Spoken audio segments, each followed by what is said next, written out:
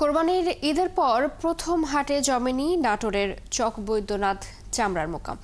দেশের বিভিন্ন জেলা থেকে নানান পরিবহনে লবণযুক্ত চামড়া এসেছে এই মোকামে, কিন্তু ক্রেতা না থাকায় চামড়া বেচাকেনা প্রায় থমকে আছে। মৌসুমী ব্যবসায়ীরা এবার লবণযুক্ত চামড়া বেচতে না পারায় চরম বিপাকে পড়েছে।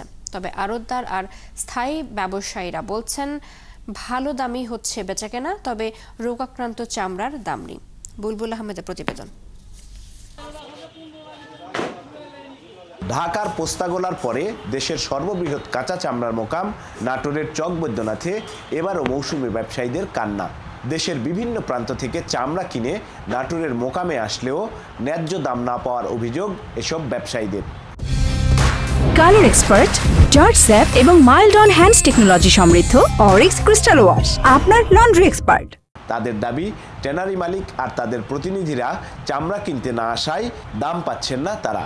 তবে আড়তদাররা বলছেন সরকারের নির্ধারিত দামেই হচ্ছে কেনাবেচা।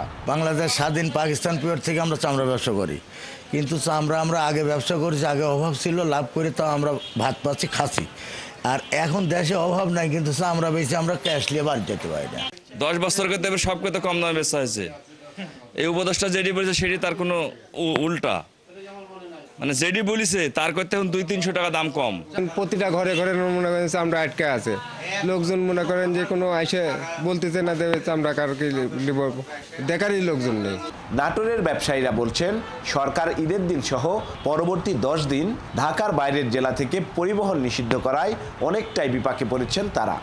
এই মুহূর্তে নাটোর মার্কেটে অনেক কোম্পানির তাদের প্রতিনিধি আছে, এখানকার প্রতিনিধি আছে, তারা বাজারে ঘোরাঘুরি করতেছে, মার্কেট যাচাই করতেছে, দেখতেছে, কিছু কিছু মাল খরিদারি করতেছে। বর্তমানে খাসি বরকি নেওয়ার জন্য বেশ কয়েকটা ট্যানারির লোকজন চলে আসছে, তারা কিনতেছে, তারা অলরেডি ট্রাক লোড দিয়ে 4-5 গাড়ি পাঠাইছে। 10 দিনের জন্য মাল হচ্ছে পরিবহন নিষিদ্ধ করা আছে, যার প্রেক্ষিতে কোনো মহাজন এখানে নাই যে যিনারা এখানে মাল কিনবেন। এবছর চামড়ার সরবরাহ বেশ ভালো হয়েছে দাবি করে নাটোরের ব্যবসায়ী নেতারা বলছেন নগদ টাকায় চামড়া কেনাবেচা হচ্ছে, তবে পরিবহন নিষেধাজ্ঞায় তাদের সবচেয়ে ক্ষতি হচ্ছে। 10 দিনের একটা রিস্ট্রিকশন আছে, 10 দিনের পরে ঢাকাতে আমাদের চামড়া গাড়িগুলো প্রবেশ করবে, তার আগে প্রবেশ করার অনুমতি দেয়নি বাণিজ্য মন্ত্রণালয় থেকে। তো সেক্ষেত্রে ট্যানারি মালিকরাও আসতেছেন না। যে চর্বিযুক্ত মাল, এই মালটা যত আগে ট্যানারিতে পাঠানো যায় ততই ভালো। চর্বিওয়ালা মাল তো একটু লেট হলে তখন এটা ইয়া হয়ে যাবে, ওই আপনার লবণে আপনার ক্ষয় হয় কিছু চামড়াটা। নাটোরের চকবৈদ্যনাথ মোকামে ছোট বড় মিলিয়ে 2 শতাধিক আড়ত রয়েছে।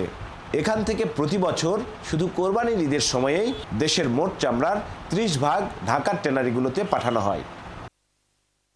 বুলবুল আহমেদ, 71, নাটোর।